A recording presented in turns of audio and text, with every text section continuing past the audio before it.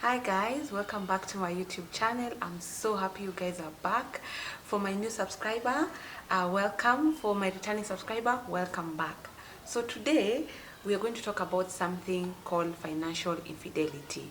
Okay, I know most people know about infidelity, sexual infidelity, but there is a financial infidelity, and the baseline is the same. The outcome of infidelity is almost similar. Okay, so let's get into the video. Okay, number one, let me first start by defining what is a financial infidelity. Financial infidelity is a form of dishonest or deception in a relationship that pertains specifically to finances. Okay, so this is where people are dishonest or deceptive in a relationship but concerning money. Okay, because we know what sexual infidelity is in a relationship. So for financial infidelity is pertaining money. Okay, so number one, lying about financial situation. You guys, have you ever encountered people who lie about their financial situations? Like, this guy is broke, but they're always talking about, I'm buying a house. I traveled to this country. Next year, I'm taking my family to this country. And this is a funny fact. You never ask them. They voluntarily give you information about their finances, and it's wrong and it's not true. Like, I don't know if you've ever encountered such people. They always exaggerate their financial situation, and they lie about it, and somehow you always know they're lying, but there's not, you can't say anything. So you look at them and you're like, okay, yeah, so that I'm buying a new thing next week, I'm traveling to this country next month, I'm building this house in the outskirts of Nairobi, I want to buy land. Yeah, so that is a financial infidelity because they lie. And this is the sad thing, they lie even without being asked. Like, it's not like you went looking for information and they lied to you. No, they came to you and then they started lying. Yeah.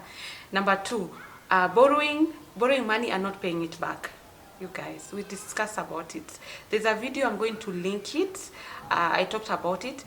If you owe people money, pay back the money, please. Okay, anytime you borrow money and you don't pay back, you borrow from your friends, you don't pay back, you borrow from your family, you never pay back, and you borrow from financial institution, you're not paying back. Do you see there's something wrong about you doing that? Okay, because essentially when you borrow money, you're supposed to pay back. And I think there's a Bible verse about borrowing and paying back the money. So if you're borrowing money, please pay back the money. If you owe someone some money, make an effort to always pay back what you owe.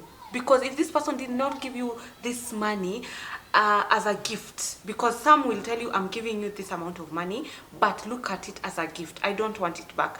Or someone will tell you, I'm giving you this money, if you ever get to a place where you're financially capable of paying back, kindly pay back. But if you never get to that place, I'm okay you not giving back the money. Okay, but if you borrow money with an intention, or you borrowed money and you told that person or you told that institution you're going to pay back, I think it's only right for you to do that. And we also talked about this in this channel. It's not about the judgment, or for example, you borrow money and then you lose your job. I'm not talking about that. I'm talking about if you borrow money and something goes wrong. Okay, please go back to the person that you borrowed the money and explain to them your current situation and why you're not able to pay them, and make a payment agreement and say, I was supposed to pay you this money, but due to this situation that has come up, because life just happens sometimes, I am not able to pay you as we agreed, but can you kindly extend for me the period that I was supposed to pay, or kindly extend to me to this amount, to this period, like for example, wait for me until I get a new job, or I'm able to get myself out of this financial hurdle that I'm going through. When you speak up, I think when you speak up, people are able to understand exactly where you're coming from instead of you hiding. Okay, so in this channel we pay back money that we owe to people. And if in any case you're going through financial difficulty, communicate that to also the person you borrowed the money. Let me tell you, even in the institution, if you borrowed money from an institution, for example a bank, and something goes wrong, you can always go back. Let me tell you, you know that that loan is normally insured. Okay, in the case that you never pay it back, it's insured. So it's only right for you to go back and tell them, kindly let's rearrange, or let's come up with a different payment mode, because I was earning this X amount of money, now I'm earning less amount of money, I can't be able to keep up with the payments.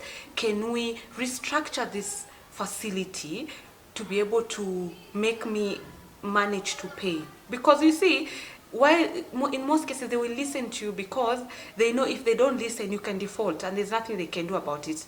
They can, and not unless you kept an assurity of a house or a car, which they can come and possess.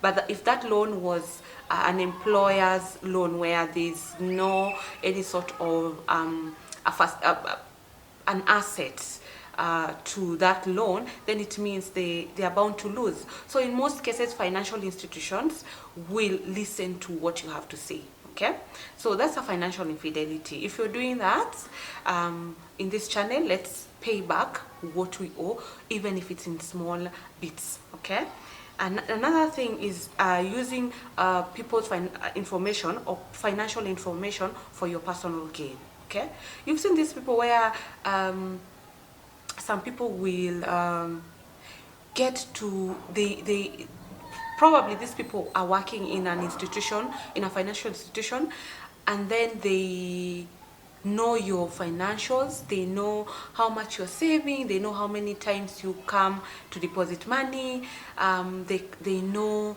a few things about you when it comes to your finances, and then they can use this information for their own personal gain. And you've seen this in most cases where people work in the banks, and then they sort of leak people's personal information to other people so that they are able to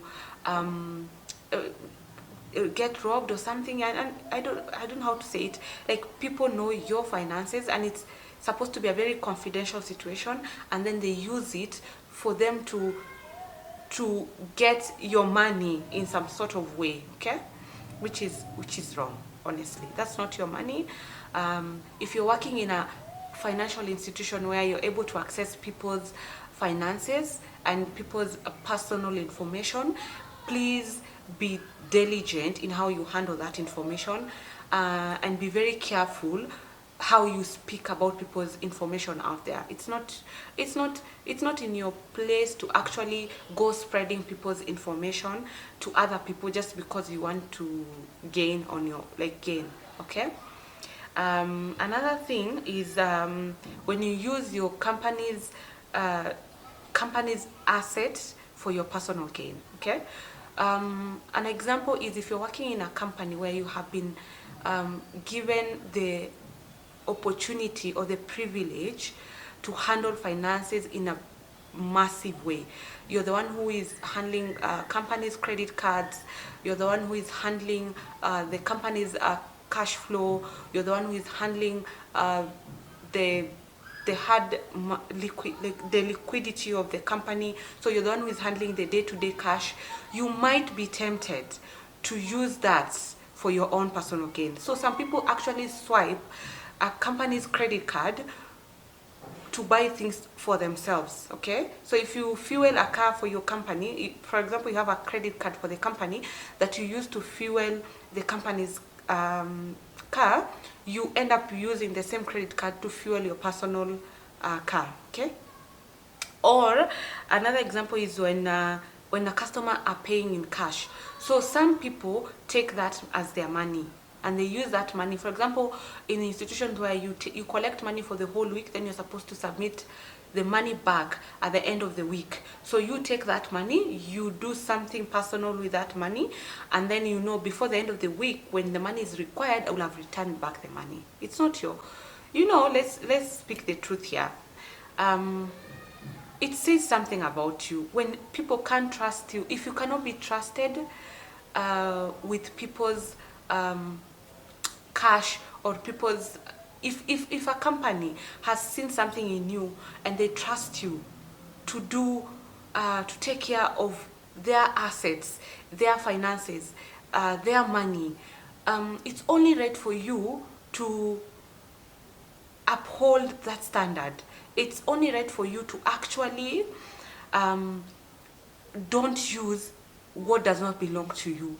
If because the company is paying you a certain amount of money, budget within your, live within your means, live with what you have. If you can't fuel a car, then it means you can't afford to the car. So it's only right for you to actually uphold the responsibilities without feeling the need to reward yourself. Because I feel like most people think, oh, I'm making, if this company is making $1 million in a week, I have a stake in that, and then they end up taking the money. And let me tell you guys, I always say it's a moral thing. It's not even a, it's a moral thing. What value are you operating on?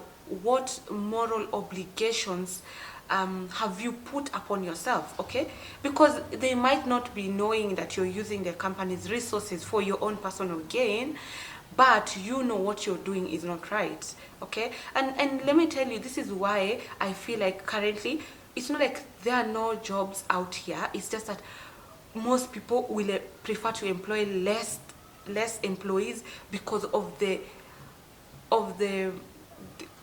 what do I say it? It's because the way we have been what is the word?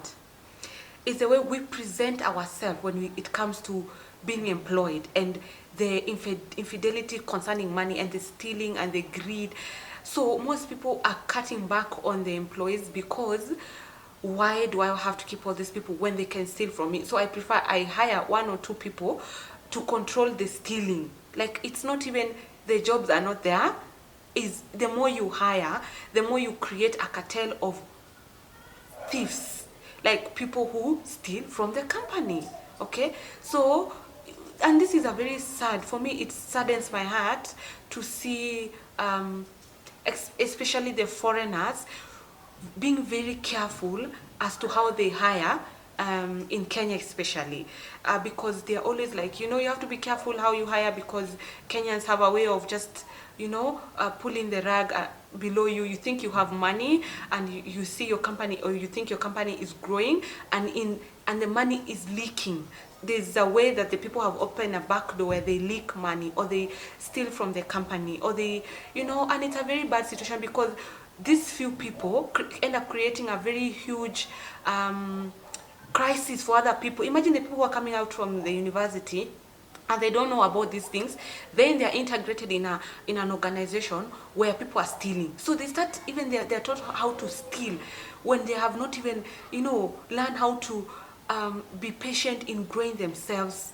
The crisis is here. They come from university, they're 20 years, they're integrated into this company, they find to say the big thieves of the company, they teach these young kids how to start stealing. So this is the problem where even the younger generation is not patient in growing themselves. So in earning more slowly, like knowing I'm gonna be here, if I'm here in 5 years, I will have grown. So they want to make money fast because they have been integrated into this cartels of people who steal from people. That's financial infidelity. There is no way to go about it. And this is a sad thing. If you continuously do this, I feel at some point, I don't feel, I know at some point you will pay the price. It can be a very big price on yourself, like integrity. It can be a very big price on your generation. It can be, you're gonna pay this at some point. So if you're doing it, kindly just let's live in an authentic and truthful and honest way, because you're doing it thinking you're doing it for yourself, but are the people who are coming before us. And so the notion is around Kenyans or people who work, most Kenyans tend to steal, and it's not everybody. Few people have created this narrative in the job market, for the rest of the people. So everyone is suffering because of the few people. Okay. Another thing is misusing of funds in a partnership. That's a financial infidelity. So let me start. In most cases, and or in Kenya especially, it is so hard to go into partnership when it comes to business, because you can start very well, but when the money starts flowing, then you see the true character of your partner, or how they start thinking, oh, I'm the one who put, for example, when you're starting, probably one person has a very good idea and the other person has the money. Okay, so you come together because you're all contributing towards this business in one way or another. So when the money starts coming, the person who invested in hard cash start thinking the person who brought the idea is not as important as him who is actually pumping the money to the business. So what do? They start looking for a way to cut off this other partner. Okay, and that's why in Kenya it's so hard to do any partnership, or join people in a, like, be in a partnership when it comes to starting a company. Let me tell you, the amount of testimonies of people who have seen fire when it comes to partnering in business is a lot of people. And most people will watch, they will never go into any business in a partnership. Okay, so if why I get, I don't understand. You start a partnership and now you're here robbing the other person of their input, because the reason why you're making more money is because their idea is generating the income. You could have had that 1 million sitting in your account without doing anything, and he could have had this idea dormant because he didn't have the money. So the only reason why you guys are making money is because both of you came together to form this an amazing union, or an amazing partnership, and then now you both benefit. Okay, so that's another thing, like people are, whoosh, another bad thing. Okay, another financial infidelity that I have seen is when you don't contribute in settings, or in when you don't contribute in your friendship setting. Okay, let me give an example. So you and your friends, or you and your friends always have a monthly date, or you go out on every other week, just to catch up, talk about things. Okay, so in the group of friends that you actually meet, you find one of your friends never contributes toward the bill. Okay, they always have an excuse of my M-Pesa is not working, my card has declined, or they ignore altogether. So that friends who is always seated at the corner. And not to say, let me have a disclaimer. You can have a friend who is struggling financially and you want them to tag along. So you know their financial situation and you still want them to be in your circle, and you still want to go out with them. That's a different case. But this person is working, and this person is making money, but they never contribute towards the bill. Or if you're a group of friends and you want to maybe buy something for one of your friends as a gift, they never contribute, but they will show up. Or if the other person is going through a lot and you guys decided to contribute together towards helping that one friend, they never contribute. So it's like you're robbing off your friends. You're always robbing off from your friends, and not because you don't have money. That's a different case. You can be in a friendship where you're the one struggling, and they are fine with that, and people are fine helping you because they love you. Okay, but this is a case where you can afford to do it, you just refuse to do it. You're actually stealing from your friends. Okay, and you're refusing to put any input into that friendship. Okay, that's infidelity. Let's call it as it is. Okay, another way that people show financial infidelity is embezzlement. Oh, let's talk about that. And in this country of ours, this beautiful country of ours, where we have hardworking people, and that's I believe 100%, and people who embezzle from those huge companies. Okay, to fund their lifestyle, to to grow very fast, okay? But they don't have a money trail of where their wealth came from, okay? And people can see, because tell me how a 30-year-old person owns a fleet of cars, buys has bought houses in the leafy suburbs of whatever that place is, and they, you know, when in your 30s is when you're starting to really start to grow in your career, okay? Even if you're in business, let's say, even if you're in business, not unless you came from a family where your a family funded you, and then you're growing, you are able to grow very fast. In most cases, in your 30s, when you're starting to stabilize your finances, your career, your business, that's when you're starting to get a few money here and there. But this is a person in their 20s making all these moves, big moves. The problem with this, in these cases, is that they don't have a money trail. They can't show you where the money came from, and that's why I say, before you ask for financial advice or how someone is being able to do all these sort of big things, as we call them, understand their money trail. Like, so you went to university, or you went into a business, and then what happened? How did you get to this place? Okay. Because if they don't tell you the steps as to where they got, and you want to get to where they are, you end up stealing, you end up doing shoddy things so that you can get the money very fast, okay? If you find yourself in such a situation, and this is just my personal opinion, and they don't show you where the money is coming from, I will highly advise you to remove yourself, because again, you'll be pressured to keeping up with a certain kind of group without knowing how they're making their money, okay?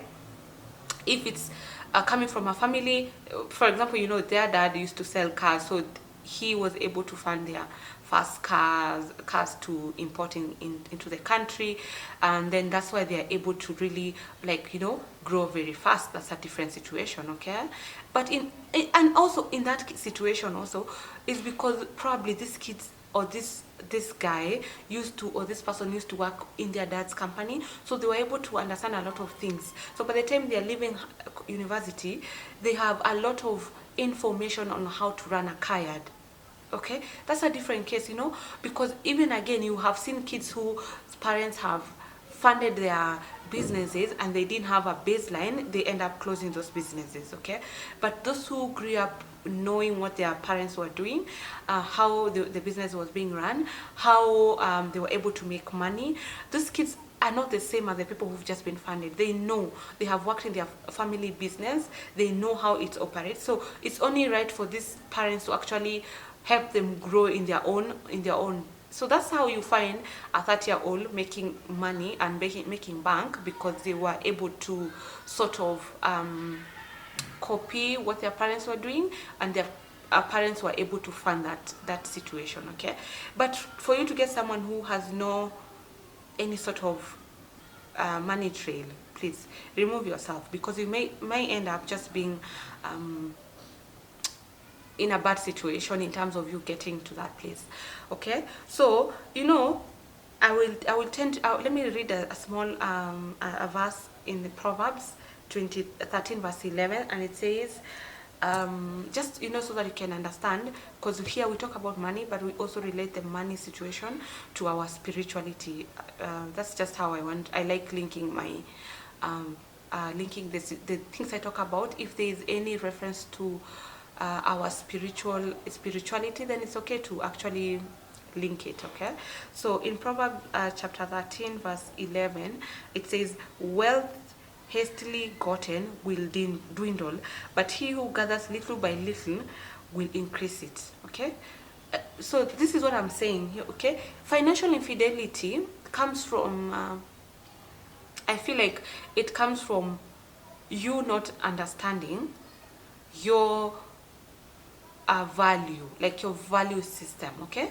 How do you want to operate when it comes to your life and your life around money, okay? What is your moral upstanding concerning money and how you want to get it, okay? You can it can be a delay in how you grow or how you get your money, but because you're doing it in the right way, okay? And that's just how you've chosen to do, okay? Or it can be you want money very fast, and so you're willing to do anything and everything to get the money, okay? So what the Bible talks about is wealth that is gotten very fast dwindles, because people forget it's not making the money, it's also the person you're becoming as you're making the money, okay? So if you make the money very fast, what person are you becoming by how you're making the money, okay? And let me tell you, if you find someone who is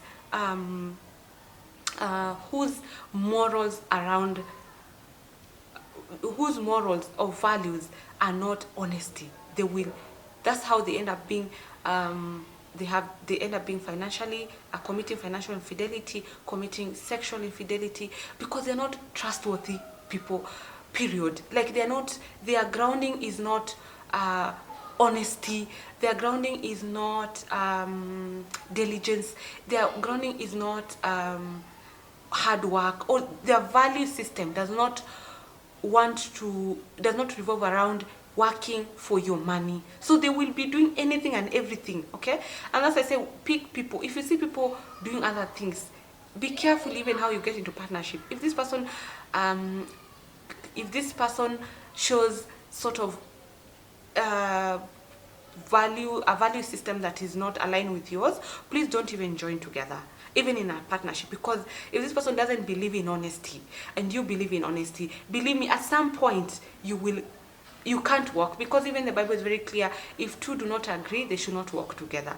So that's why even financial infidelity shows up in relationships, in family relationships, in marriages, in employer-employees relationships, so let me tell you, this thing causes a lot of mistrust with people.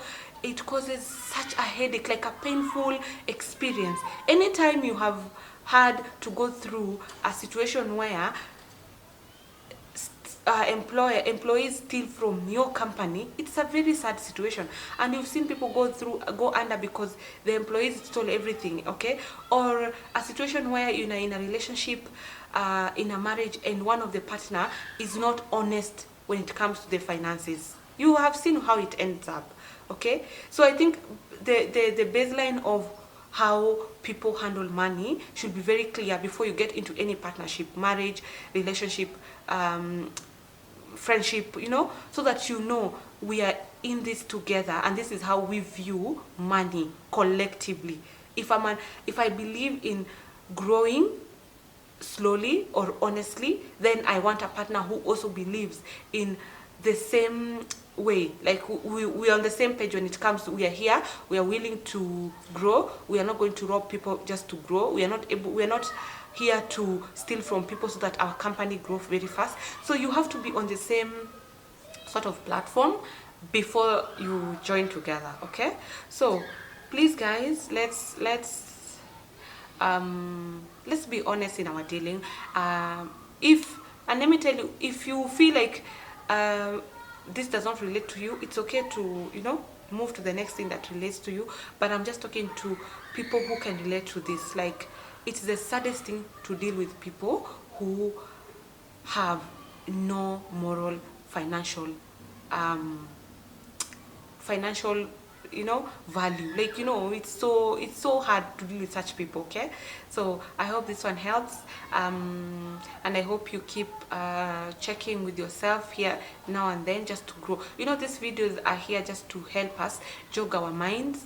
And if you didn't know about financial infidelity, now this is your chance for you to dive deep, research on that, and probably decide for yourself how you want to handle money, how you want to handle such kind of things, how you want to get into relationships when it comes to finances, so that you become a better person, okay? So thank you very much, and I'll see you in the next one. Bye.